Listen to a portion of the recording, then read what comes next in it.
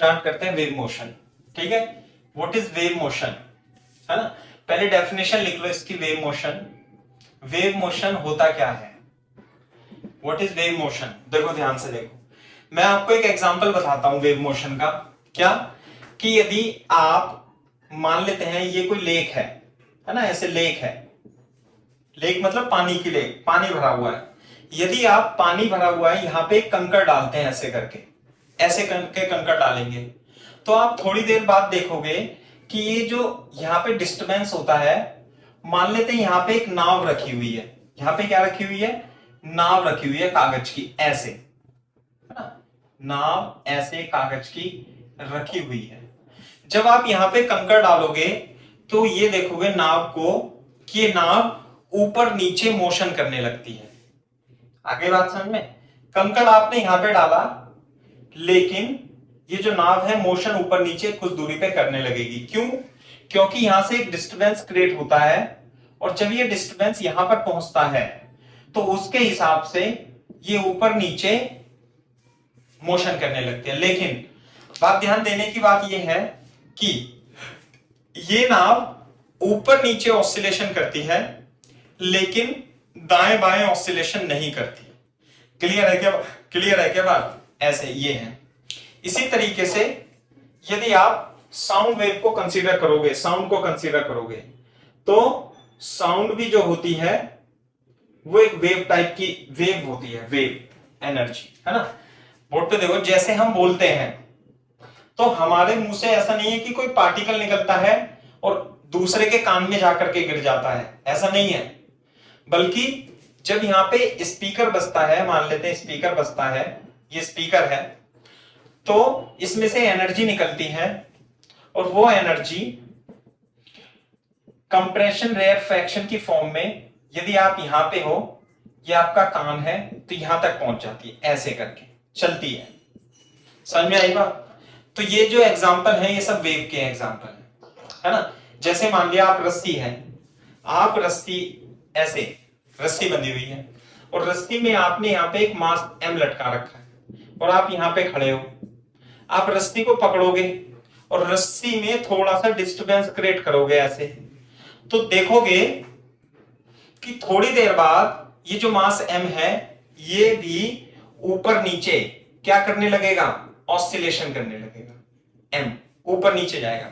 जब ये वेव ऐसे ऐसे करके ऐसे जाएगी इसके पास तक। क्लियर है क्या बात। तो what is wave motion, wave is a process, wave is a phenomena by which energy and momentum are transferred. यहां पे एनर्जी थी, यहां पहुंच गई, यहां पे एनर्जी थी, यहां पहुंच गई, यहां पे एनर्जी थी, यहां पहुंच गई। लेकिन ये वाला जो पार्टिकल था जो आपने हाथ में पकड़ रखा था, ये रहा, हाथ में पकड़ रखा था, ये रहा, तो ये यहां नहीं पहुंचा, एनर्जी पहुंच गई, एनर्जी पहुंच गई, लेकिन पार्टिकल अपने यथा स्थान पर रहा। इसके बाद में अगर जो मैं इस समुद्र में, इस लेक में एक नाव और यहां पे रख दूं, तो ये भी ऊपर नीचे क्या करने लगेगी, मोशन करने लगेगी। यानी कि यहां से एनर्जी यहां तक और फिर यहां तक ट्रांसफर हो गई, लेकिन इस नाव ने अपना स्थान नहीं छोड़ा, इस नाव ने भी अपना स्थान नहीं छोड़ा। कहने का मतलब वेव एक ऐसी फिनोमिना है जिसमें एनर्जी का ट्रांसफर होता है एक पॉइंट से दूसरे पॉइंट पे, एक पॉइंट से दूसरे पॉइंट पे। ये क्या है हमारा स्पीकर, क्लियर है क्या, एक पॉइंट से दूसरे पॉइंट तक। लेकिन मीडियम के पार्टिकल अपना स्थान नहीं छोड़ते, वो केवल एनर्जी और मोमेंटम का ट्रांसफर करते हैं। आगे बात समझ में, तो लिख लो definition, it is a phenomena, it is a way of, it is a way of, लिख लो, it is a phenomena by which energy and momentum are transferred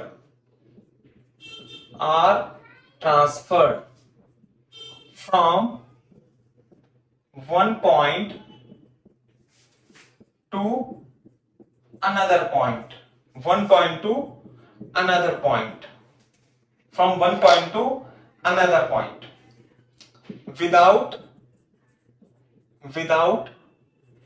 actual movement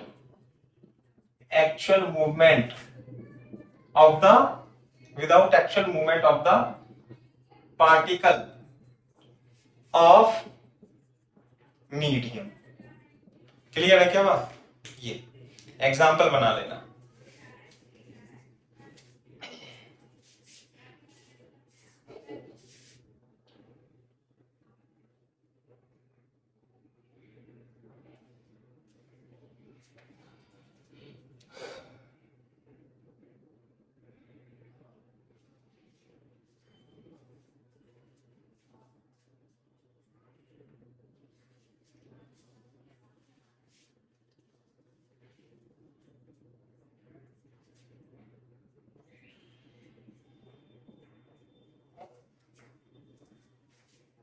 मैं यहाँ पे एक एग्जाम्पल और बना देता हूं।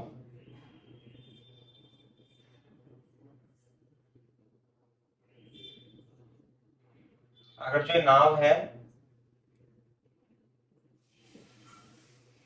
इट विल ऑसिलेट ऊपर नीचे,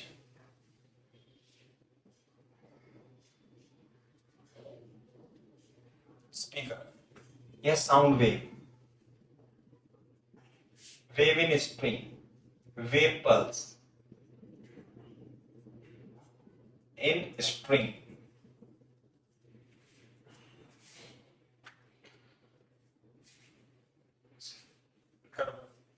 पहला एग्जांपल, दूसरा और तीसरा।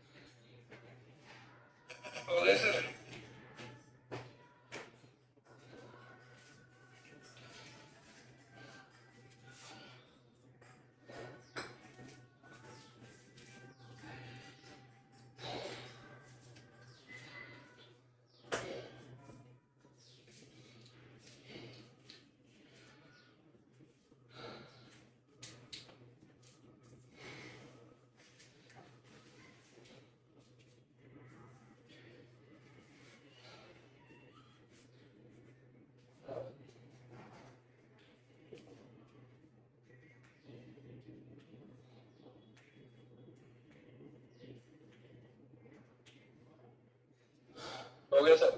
सही है भाई। तो ये एग्जांपल है, ठीक है। तो मैं बता देता हूं ये वेव है। तो what is wave? Wave is a phenomena by which energy and momentum are transfer from one point to another point without actual movement of the particle of the medium. सही है। तो ये भी एक तरीका है एनर्जी ट्रांसफर करने का। सही है। अब मैं इसमें लिख देता हूं टाइप्स ऑफ वेव, है ना।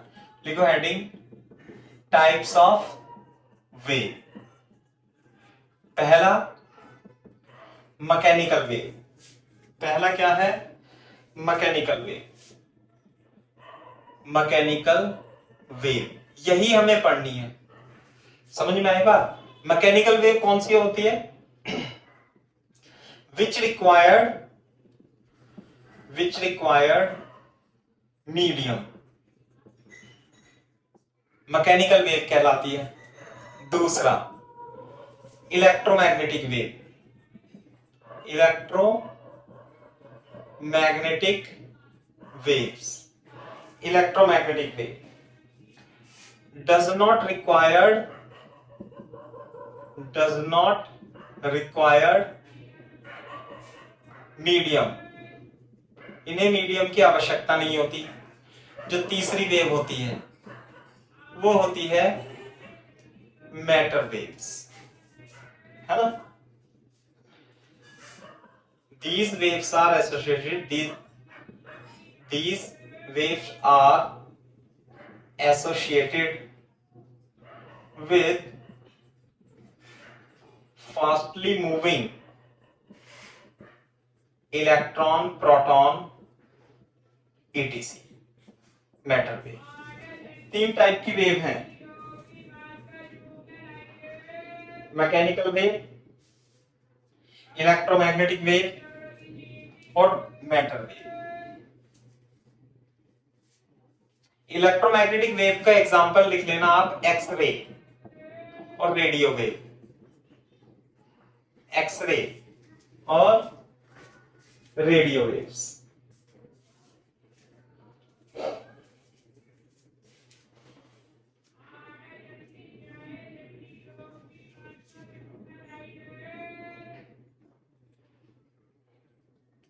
होगा सर। ठीक है, तो ये तो बेसिक डेफिनेशन है, लेकिन हमें पढ़नी कौन सी वेव है अंकित इस चैप्टर में? मैकेनिकल वेव पढ़नी। मैंने कहा था आप थोड़ा सा पढ़ करके आना, है ना। तो मैकेनिकल वेव्स क्या होती है, इसमें हेडिंग डाल लेना मैकेनिकल वेव, है ना। It is of 2 types. Mechanical wave जो होगी वो होगी 2 टाइप्स। एक तो ट्रांसवर्स वेव और दूसरा जो होगा लॉन्गिट्यूडिनल वेव। ट्रांसवर्स और लॉन्गिट्यूडिनल वेव। देखो ट्रांसवर्स वेव में ऐसे बना लेना, बड़ा बड़ा बना लेना, बीच में gap. Particles oscillates about their mean position, about their mean position, about their mean position, perpendicular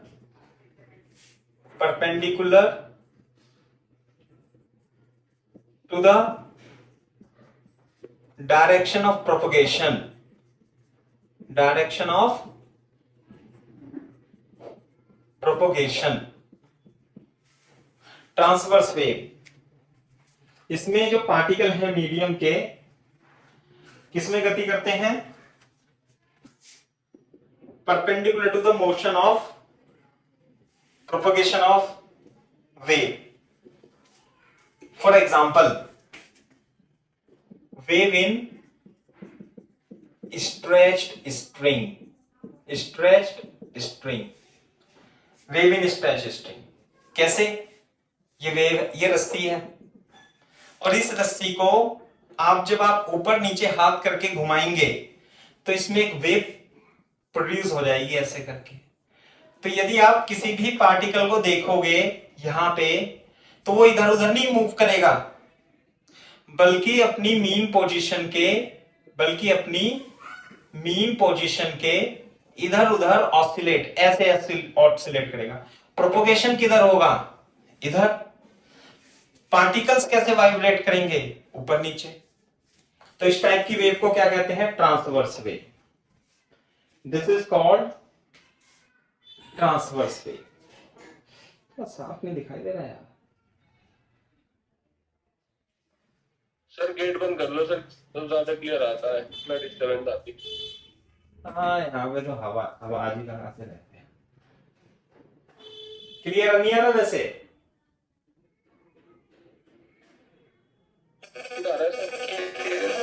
clear है तो सही है। वो मेरे को लग रहा है ऐसा शायद कि क्लियर नहीं है।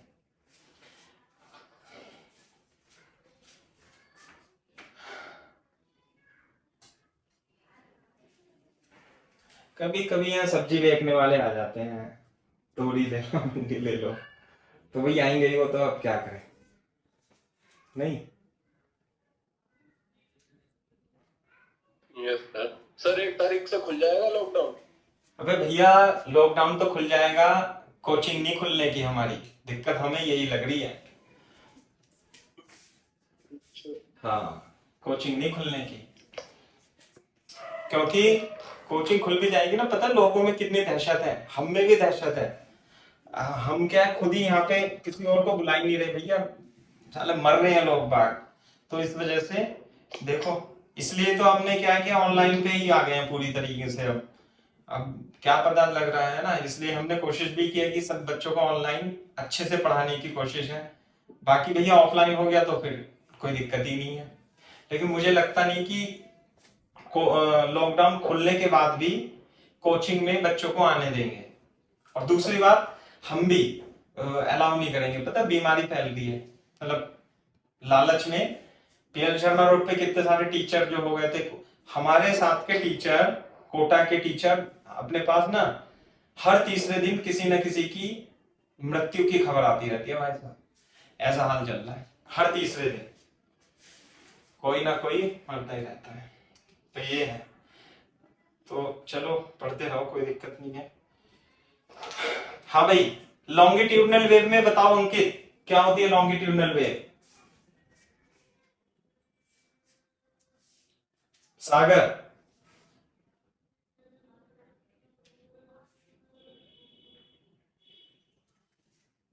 सर जो सीधी चलती है।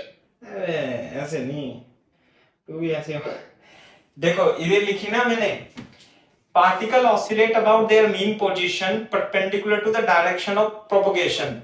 इसमें particle oscillate about their mean position along the direction of propagation. पहले मैं लिख लेता हूं, लिख लो, particle oscillates about their mean position along the direction of propagation। Example, sound wave। कैसे? मान लिया ये हमारे पास स्पीकर है और स्पीकर में से साउंड निकल रही है, तो ये जो साउंड के लिए मीडियम की आवश्यकता होती है ना, तो ये जो एयर पार्टिकल के मीडियम है, ये एयर पार्टिकल है मीडियम के, ये वेव तो ऐसे चलती है। यदि मैं एक पार्टिकल को कंसीडर करूं तो ये पार्टिकल अपनी मीन पोजीशन के कैसे, अपनी मीन पोजीशन के इधर उधर मोशन करता है, इधर उधर, जबकि इसमें कैसे करता है पार्टिकल, इधर। वेव ऐसे चलती है, पार्टिकल ऐसे ऐसे, वेव ऐसे चलती है, पार्टिकल ऐसे ऐसे मोशन करता है। यह है लॉन्गिट्यूडनल वेव, यह है ट्रांसवर्स वेव।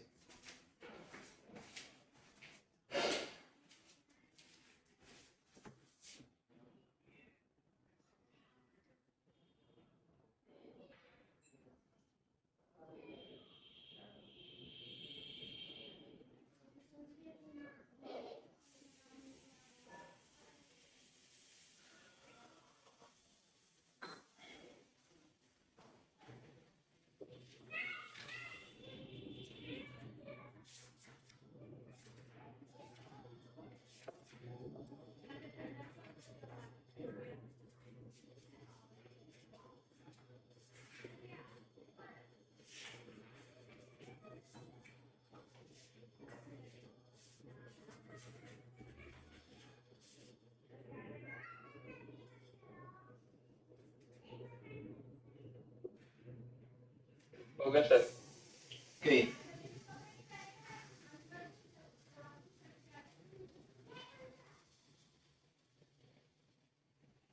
ठीक है, तो ये टाइप से है। तो हम इसके बारे में कुछ डेफिनेशन लिखेंगे, है ना, किसकी? सबसे पहले हम कंसीडर करेंगे ट्रांसवर्स वेव, है ना। दो पार्ट में डिवाइड है चैप्टर ये, एक तो ट्रांसवर्स वेव यानी वेव इन स्ट्रिंग, दूसरा है लॉन्गिट्यूडनल वेव मतलब साउंड वेव।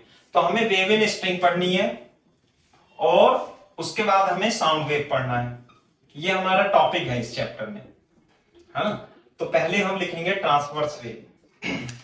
तो पहले लिखते हैं हम पहला जो हमारा टॉपिक है, पहले डिस्कशन करेंगे हम ट्रांसवर्स वेव पर, यानी वेव इन स्ट्रिंग में। क्लियर है के बाद सम इंपोर्टेंट डेफिनेशन लिख लेते हैं, सम इंपोर्टेंट डेफिनेशंस, कुछ डेफिनेशन लिखेंगे।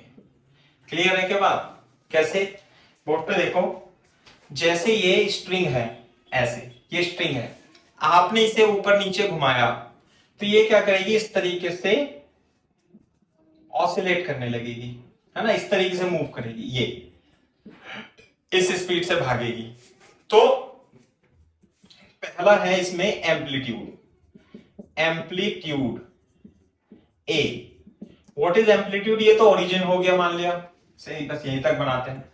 ये जो होता है एम्पलीट्यूड, ये जो डिस्टेंस होता है मीन पोजीशन से, what is amplitude, it is the maximum displacement of the particle of the medium from there mean position. जैसे पार्टिकल, रस्सी कैसे थी, रस्सी तो ऐसे थी, अब ये पार्टिकल देखो, ये पार्टिकल जो है अपनी मीन पोजीशन के अधिक से अधिक कितनी दूरी पर जाएगा, ये जो कहलाता है इसका एम्पलीट्यूड कहलाता है।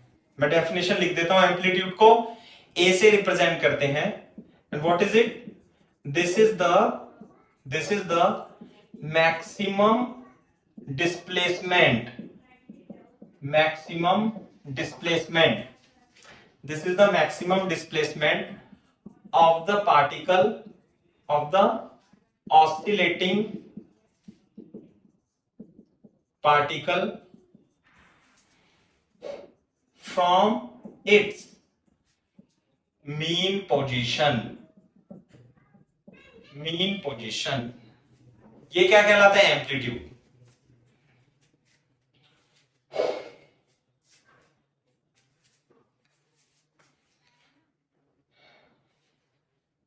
ए लिख लो इसे, है ना, फिर बी लिख लो क्रस्ट, व्हाट इज क्रस्ट,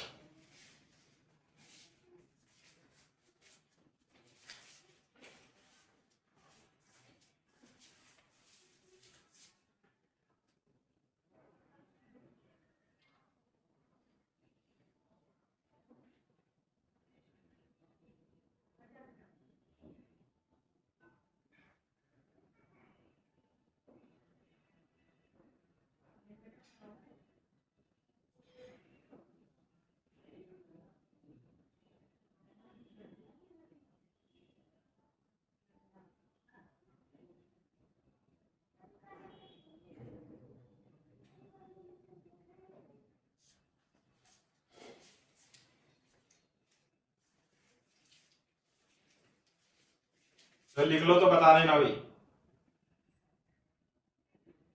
लिख लिया सर।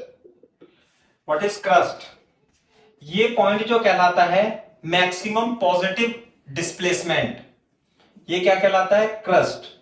और ये पॉइंट मैक्सिमम नेगेटिव डिस्प्लेसमेंट, ये क्या कहलाता है, ट्रफ, है ना। What is crust, maximum positive displacement,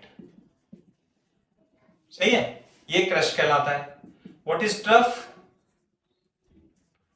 TROUGH, trough, maximum negative displacement, maximum negative displacement, ये क्या कहलाता है, ट्रफ। ये भी क्रस्ट और ये भी ट्रफ, है ना, श्रृंगग्रत, श्रृंगग्रत ऐसे हिंदी में बोलते हैं इसे, है ना।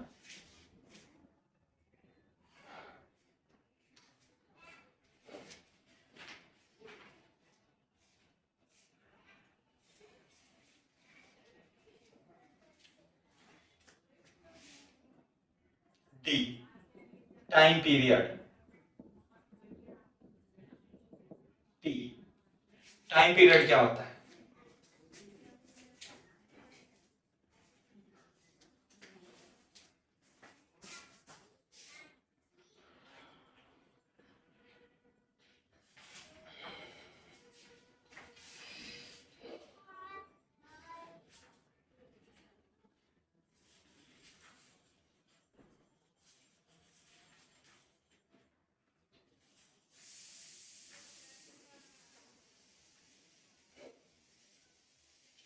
Time period, what is time period, board पे देखो, जो ये पार्टिकल होते हैं स्ट्रिंग में, ये छोटे छोटे पार्टिकल होते हैं। जब इसमें से मान लिया कोई आपने वेव पल्स प्रोड्यूस करी ऐसे, ये तो थोड़ी देर में क्या होगी, ये वेव पल्स ऐसे हो जाएगी, थोड़ी देर में क्या होगी, ये वेव पल्स ऐसे हो जाएगी, ऐसे करके मूव करेगी ना, ऐसे करके इधर की ओर मूव करेगी, किसी वेलोसिटी से मूव करेगी, उसके बारे में हम बाद में डिपेंड करेंगे।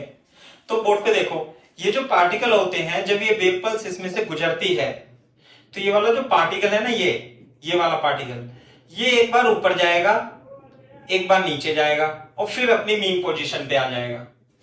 ऊपर जाए, पहले तो कहां पे था, रेस्ट पे, फिर ये ऊपर जाएगा, फिर ये नीचे जाएगा, फिर ये ऊपर जाएगा। तो ऑसिलेशन करते रहते हैं ये पार्टिकल, ऐसे ऑसिलेशन करते रहते हैं। तो ऑसिलेशन में जो टाइम लगता है उसे हम क्या बोलते हैं, टाइम पीरियड बोलते हैं। चित्र बना लो, ऐसे लिख लो इसे। It is the time to complete one oscillation, one full oscillation. The time to complete one full oscillation. It is the time to complete one full oscillation by particle of string. ये होता है particle frequency.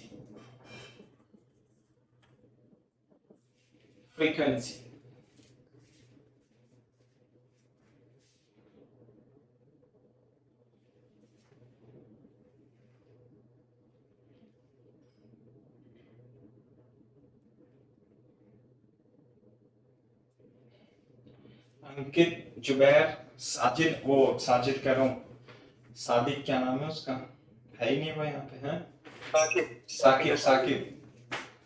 Saqib है ही नहीं। और वो जो काजल है उसका तो इंटरनेट ही, वो भी नहीं है। वो भी नहीं है। 11:30 ही रहेगा वो। आज एक बच्चे की क्लास होती है ना थर्सडे में, इसलिए थोड़ा लेट हो जाता है ना, तो कोई बात नहीं। फ्रीक्वेंसी, व्हाट इज फ्रीक्वेंसी, लिख देंगे definition, number of oscillation. What is frequency, number of oscillation in 1 second, is called frequency, है ना, number of oscillation in 1 second। और frequency जो होगा 1 upon time period होगा, और इसकी frequency होती है हर्ट्ज, और second inverse इसकी यूनिट होती है। सही है। EF wavelength, lambda।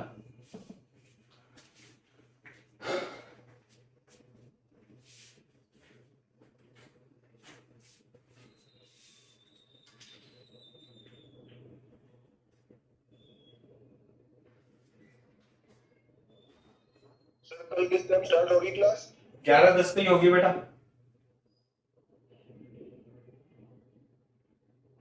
क्यों, और भी कोई क्लास रहती है क्या आपकी इस समय? क्या सर? कोई और भी क्लास रहती है क्या? नहीं सर, कोई और। बस तो ठीक है फिर तो।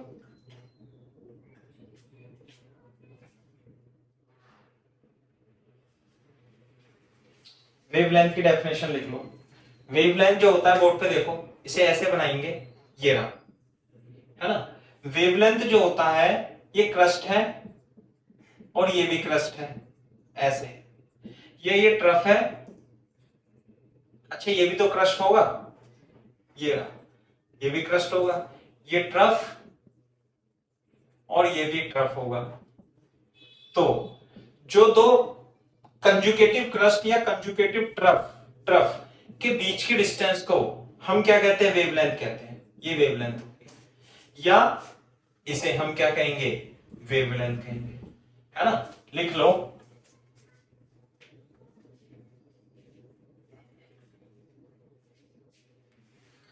इट इज द, इसमें it is the minimum distance,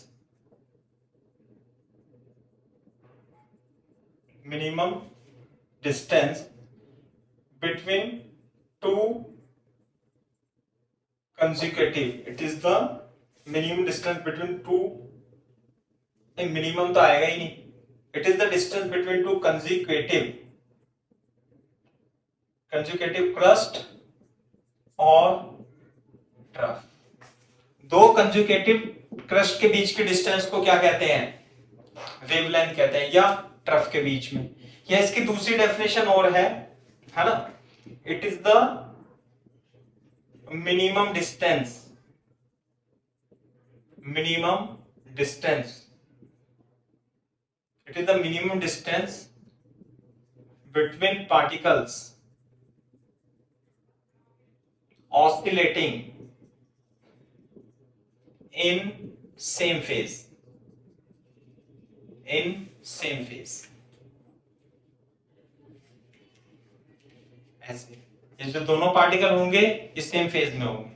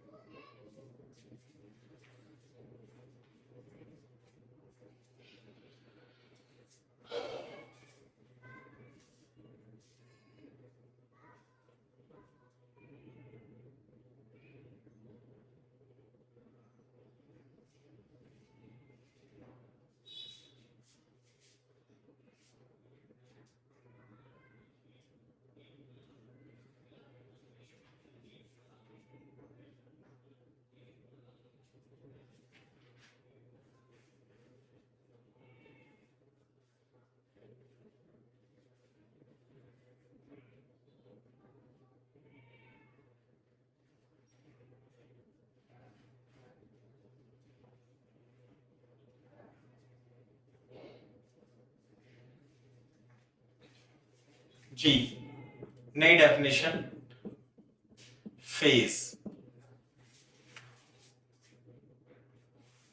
what is phase, लिख लो, इट डिफाइंस, वैसे मैंने एसएचएम में पढ़ा दिया था आपको फेज, है ना, मैं बताऊंगा फिर भी, लेकिन इंग्लिश में definitely, it defines the position and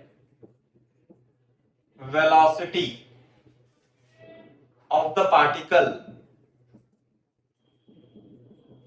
oscillating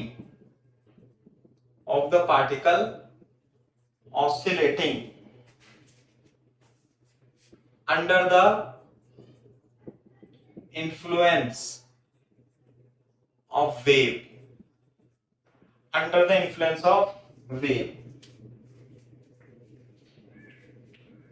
ये एक ऐसा कांस्टेंट है ना, जो किसी वेव में जो पार्टिकल हैं जो ऑसिलेट कर रहे हैं उनकी पोजीशन और वेलोसिटी को परिभाषित करता है ना, ये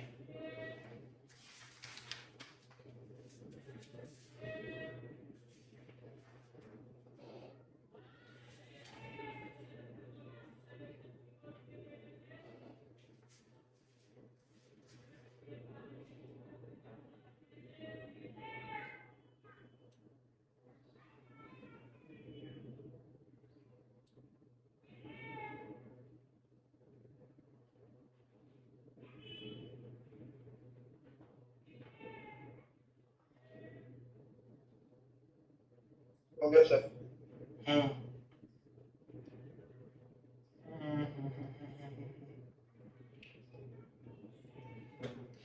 ना, लिखो जैसे बोर्ड पे देखो, अब हम करते हैं equation of plane progressive wave.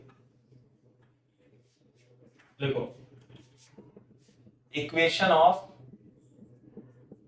Plane progressive wave. क्या होता है equation of plane progressive wave, इसे समझने की कोशिश करेंगे, ठीक है, मैं समझाने की कोशिश करूंगा। बोर्ड पे देखो, देखो एक्चुअली क्या है, ये है, ये रस्सी है मान लिया, सही है भाई। यहां पे ये x इक्वल टू 0 है ना। मान लिया आपने ये रस्सी ली और आपने इसे ऊपर करा, नीचे करा, फिर ऊपर करा, तो आपके पास एक ऐसी वेव पल्स बन जाएगी, ऊपर से नीचे गए, ऊपर गए। तो ये वेव पल्स जो होगी ये इस रस्सी में आगे चलने लगेगी किसी स्पीड से, ऐसे चलेगी। बोलो, चलो इसे हटा देते हैं यहां से, ऐसे। ये x इज इक्वल टू 0 है, ये स्पीड है। What is v? v is the speed of wave pulse, speed of the wave pulse. और ये जो वेव पल्स की स्पीड है, it depends upon property of medium, elasticity और इनर्शिया पे डिपेंड करती है speed of the wave pulse. It depends, लिख लेंगे, it depends upon property of medium, that is elasticity and inertia. इसे हम बाद में डिस्कस करेंगे। जो इस वेव पल्स की स्पीड है वो इस रस्सी के मास पर निर्भर करती है, और इस रस्सी का जो मटेरियल है उसकी इलास्टिसिटी पर निर्भर करती है। अब मान लिया आप लोहे की चैन ले लो, अब लोहे की भारी की चैन ले लो, तो उसमें करके दिखा दो वेव पल्स आने की नहीं है, क्योंकि बहुत भारी है, उसका इनर्शिया बहुत ज्यादा है। तो ये जो स्पीड है वेव की, depends upon the medium, elasticity और इनर्शिया पे डिपेंड करती है। पहली बात ये सही है, कॉपी कर लेना, बोर्ड पे देखो। अगर जो वेव पल्स है x बराबर 0 पर और इसकी स्पीड v है, मान लिया यहाँ पे पॉइंट p है, तो थोड़ी देर बाद वेव पल्स जो पहुंचेगी वो यहां से लेके मान लिया x दूरी पर पहुंच जाएगी ना, पहुंच जाएगी भाई, ये वेव पल्स यहां पहुंच जाएगी। अगर जो इसकी स्पीड v है और ये x है, तो कितने समय बाद पहुंचेगी? This wave pulse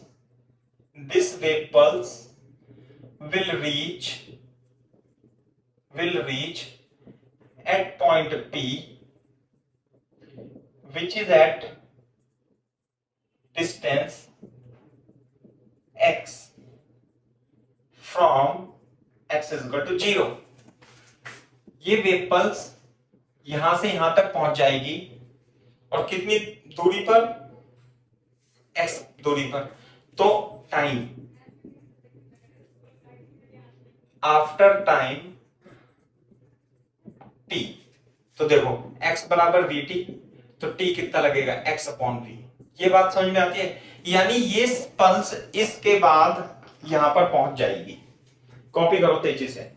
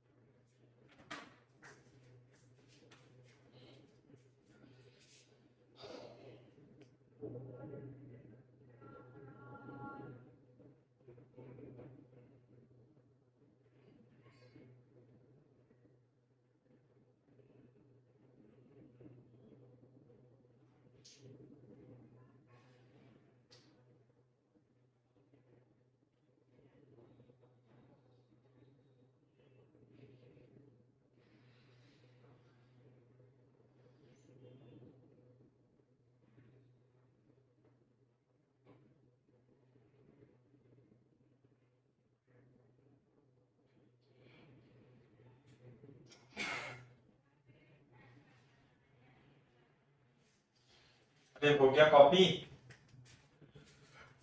yes sir. Board पे देखो ध्यान से। तो यानी कि ये डिस्टर्बेंस इस पॉइंट पर कितने समय के बाद पहुंचेगा? x अपॉन v के समय के बाद पहुंचेगा। आगे बात समझे, ये डिस्टेंस यहां पे पहुंचेगा इतने समय बाद, या आप ये भी कह सकते हैं कि यहां पर जो डिस्टर्बेंस है वो यहां पर पहले प्रोड्यूस हो चुका होगा। कितने समय पहले प्रोड्यूस हो चुका होगा बताओ, यहां पर जो डिस्टर्बेंस है वो यहां पर प्रोड्यूस हो चुका होगा ना, कितने समय पहले, इतने समय पहले प्रोड्यूस हो चुका होगा, बिल्कुल सही बात है। तो इक्वेशन ऑफ ट्रेवलिंग वेव, देखो डेरिवेशन अपना नीट में कराते नहीं है लेकिन मैं बता रहा हूं आपको, फिर भी थोड़ा समझने की कोशिश करना, फॉर्मूला तो हम बता ही देंगे। बोर्ड पे देखो, यहां पे ये जो वेव है ये किस पे डिपेंड कर रही है, इस वाले पॉइंट पे। जैसे इस पॉइंट को आप ऊपर नीचे कर रहे हो तो ये प्रोड्यूस हो रही है वेव। तो ये अगर जो पॉइंट मैं इसे कंसीडर कर लूं यहां पे, ये वाला पॉइंट ऊपर जा रहा है फिर नीचे जा रहा है, फिर ऊपर जा रहा है फिर नीचे जा रहा है, फिर ऊपर जा रहा है फिर नीचे जा रहा है, तो क्या होगा, ये तो वेव पल्स बन जाएंगी, ये पल्सेस ऑफ ट्रेन बन जाएंगी। क्या बन जाएगी ये पल्स, ट्रेन ऑफ पल्सेस बन जाएगी ना, इस पॉइंट की वजह से। जैसे जैसे पॉइंट ये ऊपर नीचे होगा, थोड़ी समय के बाद ये जो पॉइंट था ना ये भी ऊपर नीचे होने लगेगा। बोलो, अरे यही तो होता है, वेव में बताया था ना, यहां पे मैंने पानी में, मान लिया पानी है ये, पानी में यहां पे डिस्टर्बेंस प्रोड्यूस किया, तो थोड़ी देर बाद डिस्टर्बेंस यहां पे आ जाएगा। कितनी देर के बाद, x/v के बाद। अच्छा, अब बोर्ड पे देखो, अब यहां का डिस्टर्बेंस लेट, ऐसे मान लेते हैं, let at x is equal to 0, ये लिखेंगे डिस्प्लेसमेंट, है ना, डिस्टर्बेंस ऐसा लिखेंगे, at x is equal to 0 disturbance क्या है, y is equal to a sine omega t है। यानी कि यहां पर x बराबर 0 पर इस पार्टिकल का ये क्या है, y axis, this is y axis and this is x axis. ऐसे ऐसे एक पार्टिकल ऑसिलेट कर रहा है। कैसे ऑसिलेट कर रहा है, यहां पार्टिकल है, ऊपर जा रहा है नीचे जा रहा है, ऊपर नीचे ऊपर नीचे ऊपर नीचे, तो डिस्प्लेसमेंट तो y दिशा में हो गया ना, एम्पलीट्यूड कितना मान लो इसका a, तो ये तो एसएचएम कर रहा है पार्टिकल, ये एसएचएम कर रहा है, तो इसका डिस्टर्बेंस की इक्वेशन या डिस्प्लेसमेंट की इक्वेशन क्या होगी, y is equal to a sine omega t ही होगी। अरे नहीं आई बात समझ में, सर आ गई। व्हाट इज a, a क्या है, a is the amplitude, what is omega, is equal to 2 pi by t, t is equal to 1 upon f is equal to time period. बताओ जरा, बोलो। तो मेरे को ये बता दो कि इस पार्टिकल p का डिस्प्लेसमेंट कितना होगा। मैं कह रहा हूं इसका डिस्प्लेसमेंट यानी इसका डिस्टर्बेंस कितना होगा, इसका डिस्टर्बेंस वही होगा जो इसका था, लेकिन कितने समय पहले, t is equal to x upon v समय पहले, है ना। ऐसे लिखेंगे, therefore at any time at time t disturbance of particle p is वही होगा जो कितने समय पहले था, x, t a sine omega t minus x upon v। ये बोर्ड पे देखना बेटा, ये क्या है, सुनो एक मिनट ध्यान से सुनो, थोड़ा सा यहां पे चेंज करना पड़ेगा। ये डिस्प्लेसमेंट है किसका, ये डिस्प्लेसमेंट है x बराबर 0 वाले पार्टिकल का, और किसी भी टाइम t पर a साइन ओमेगा t, थोड़ा सा ऐसे लिख लेना है ना y की जगह। ये डिस्प्लेसमेंट है x बराबर 0 वाले पार्टिकल का किसी भी टाइम t पर। ये डिस्टर्बेंस होगा एक पार्टिकल का जो कि x दूरी पर है और किसी भी टाइम t पर है, वही होगा जो इसका था, लेकिन कितने समय पहले, t minus x upon b से पहले बोर्ड पे देखो, हम मल्टीप्लाई कर देंगे ओमेगा की, ये आ जाएगा,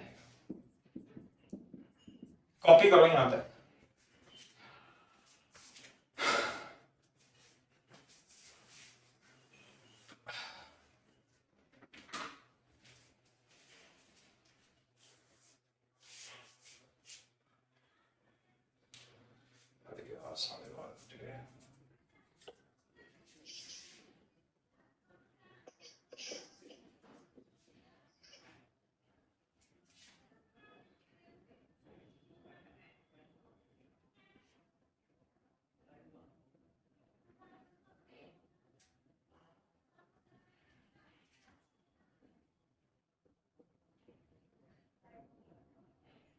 ओके सर। सही है, बोर्ड पे देखो, मैं इस क्वांटिटी को ओमेगा बाई को क्या लिख दूंगा, के कांस्टेंट है ना, तो मैं लिख सकता हूं इसे x t a sine omega t minus k x. सही है, k where what is k, where k is equal to omega by upon v, this is called wave number. क्या बोलते हैं इसे, वेव नंबर, है ना।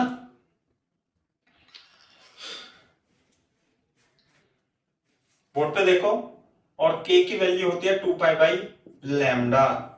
What is lambda, wavelength, ऐसे।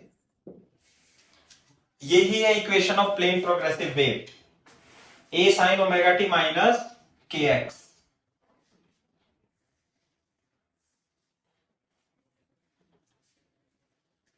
मैंने कहा था थोड़ा सा पढ़ लेना बेटा आप, है ना, अगर जो पढ़ा नहीं होगा तो फिर आपको अटपटा सा लगेगा, ये पढ़ लोगे तो समझ में आएगा, पहले पढ़ लिया करो। इसमें तो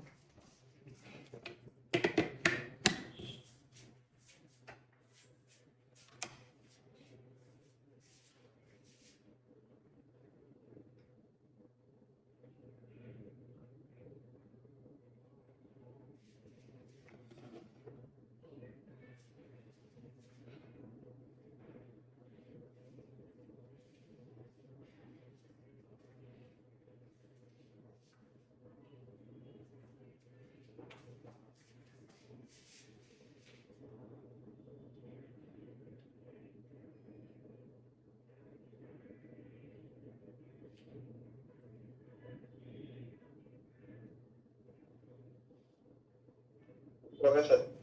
सही है, तो ये equation of plane progressive wave है, y इसे लिख लेना पॉजिटिव x डायरेक्शन में।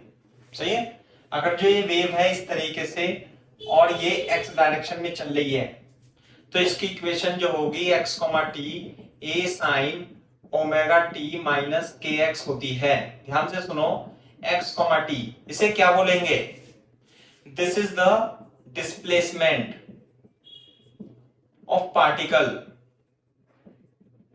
at x, जो x दूरी पर है, at x at any time t। और देखो ध्यान से साइन, इसे बोर्ड पे देखो, ओमेगा को क्या लिख लेंगे, 2 pi by T into T, minus के को हम क्या लिख सकते हैं, 2 pi by lambda, 2 pi by lambda into x. Board पे देखो, अगर जो मैं इसमें से 2 पाई कॉमन ले लूं तो t upon T minus x upon lambda, ये दूसरी फॉर्म बन जाएगी वेव की, लेकिन किस दिशा में, पॉजिटिव एक्स दिशा में। What is lambda, lambda is the wavelength. What is k, k is equal to omega upon b, k is equal to omega upon b and k is equal to 2 pi by lambda, यहां से भी आ जाएगा, है ना, ये आता है ना 2 पाई एफ अपॉन v, और v is equal to f into lambda, ये जाएगा ना, v is equal to f into lambda, तो k is equal to 2 pi by f into lambda, तो k की वैल्यू 2 पाई बाई लैम्डा आती है, और इसे हम वेव नंबर बोलते हैं, वेव नंबर, है ना, ऐसे k। यूनिट क्या होगी वेव नंबर की, मीटर इनवर्स, यूनिट ऑफ के, मीटर इनवर्स। एक तो फॉर्म ये है और एक फॉर्म ये है, equation of plane progressive wave. ये displacement of particle at any time t भी है और ये equation of plane progressive wave भी कहलाती है।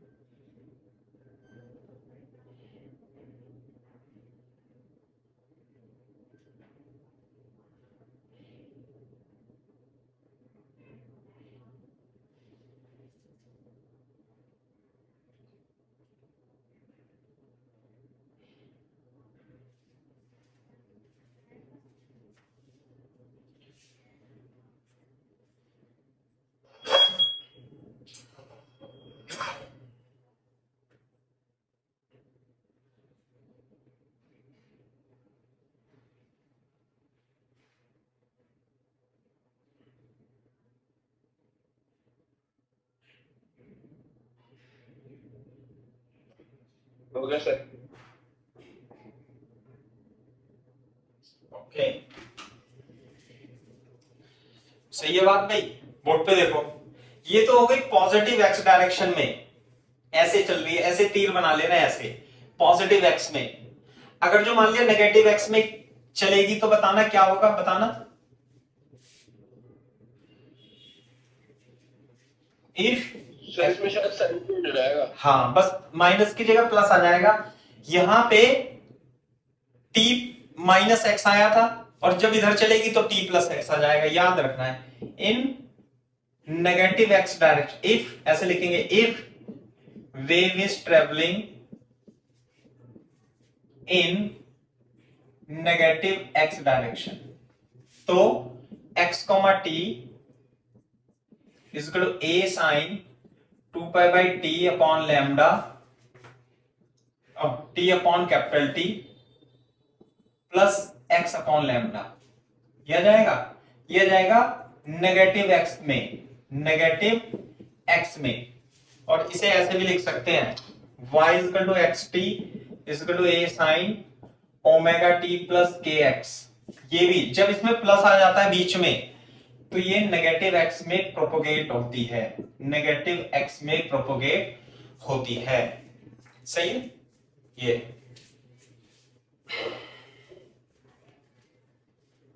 देखो, इस तरीके से आपको मिलेगी नेगेटिव पॉजिटिव नेगेटिव पॉजिटिव, है ना। जैसे मान लिया ये omega t minus k x था, तो other form of plane progressive wave, board पे देखो कैसे हम करेंगे। y x t is equal to, इसे हम a sine k x minus omega t की तरह भी लिख सकते हैं, कोई दिक्कत नहीं है बेटा। बीच में माइनस साइन आएगा तो पॉजिटिव एक्स में चलेगी, या हम इसे ऐसे भी लिख सकते हैं, a sine 2π/x upon lambda minus t upon capital T. जब भी बीच में माइनस का चिन्ह आएगा वो पॉजिटिव एक्स में चलेगी, जब भी प्लस का चिन्ह आएगा वो नेगेटिव एक्स में चलेगी। अपन ने क्या किया है, हम इक्वेशन को omega t minus k x भी लिख सकते हैं और के एक्स माइनस ओमेगा टी भी लिख सकते हैं। क्वेश्चन में जिस प्रकार की भी फॉर्म दे रखी हो, आप उस वाली फॉर्म से कंपेयर करके अपना क्वेश्चन सॉल्व कर सकते हैं।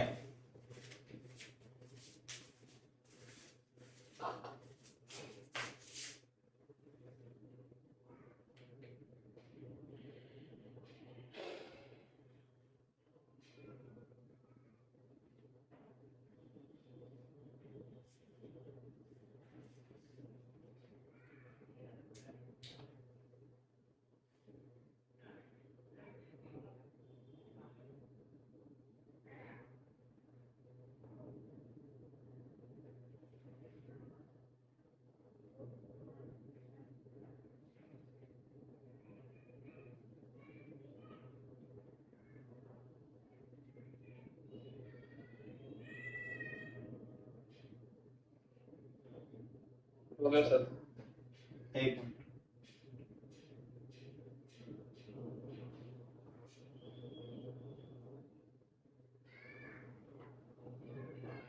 सही है बात भाई, ये बात है। तो आप इस तरीके से इसे करोगे, है ना भाई, ये है।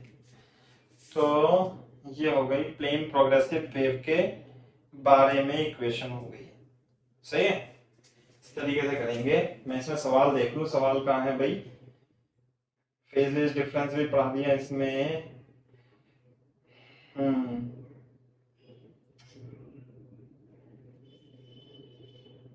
अच्छा, ओके, सुनो आप ध्यान से देखो। अब हम बात करते हैं, देखो इसमें दो चीज होती हैं, एक तो वेव की वेलोसिटी, एक तो वेव की स्पीड।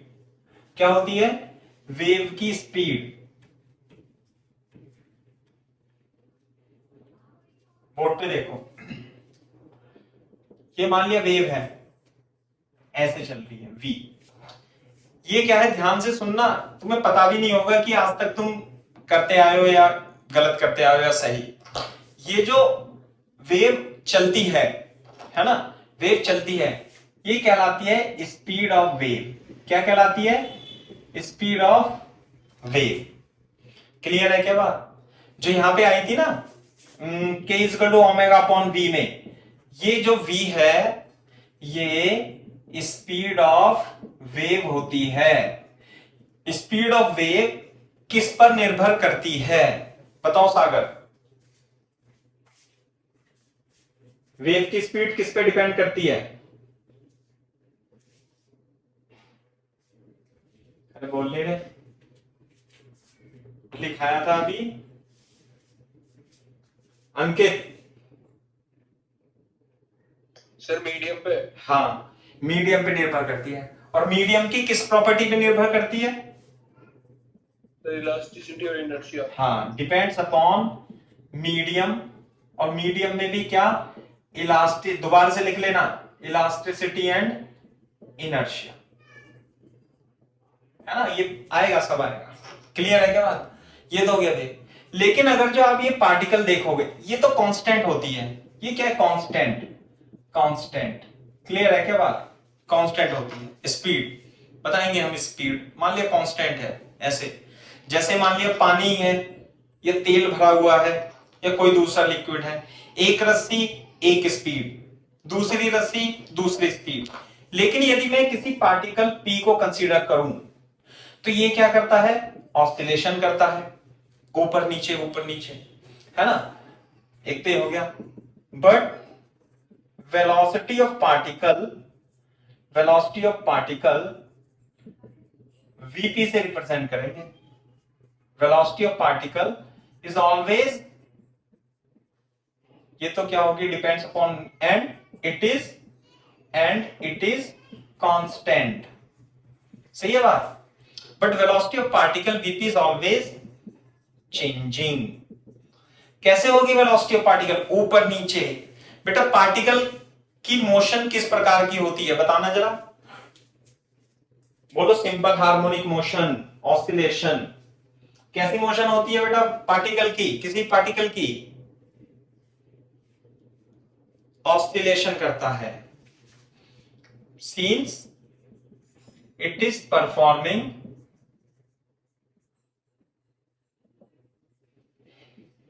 oscillation।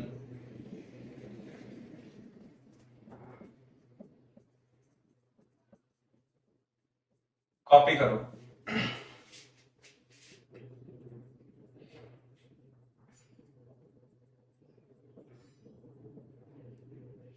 सर पॉज हो रही है वीडियो बार बार। पॉज हो रही है, पॉज है भाई।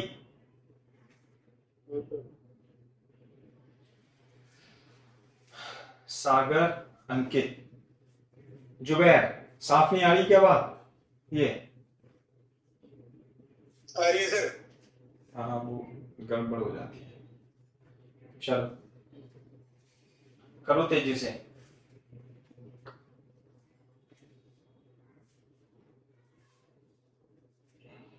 हमें पार्टिकल की वेलोसिटी में और स्पीड में, वेलोसिटी ऑफ पार्टिकल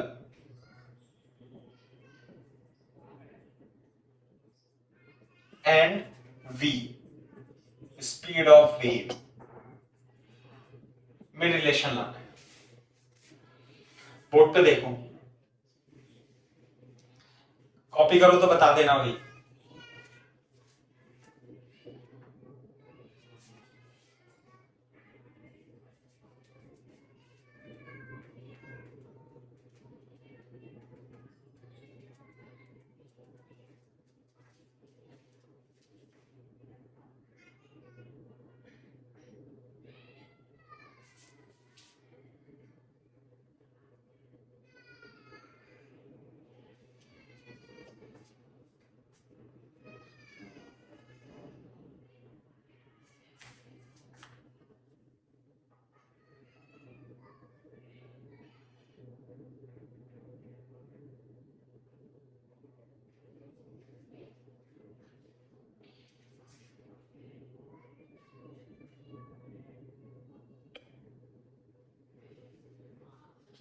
अरे हो गया, चलो तो भाई अभी मुझे तो कुछ भी नहीं दिख रहा। साकिब जुबैर दिख रहा है बेटा? नहीं, यस सर दिख रहा है। नेहा, नेहा बेटा,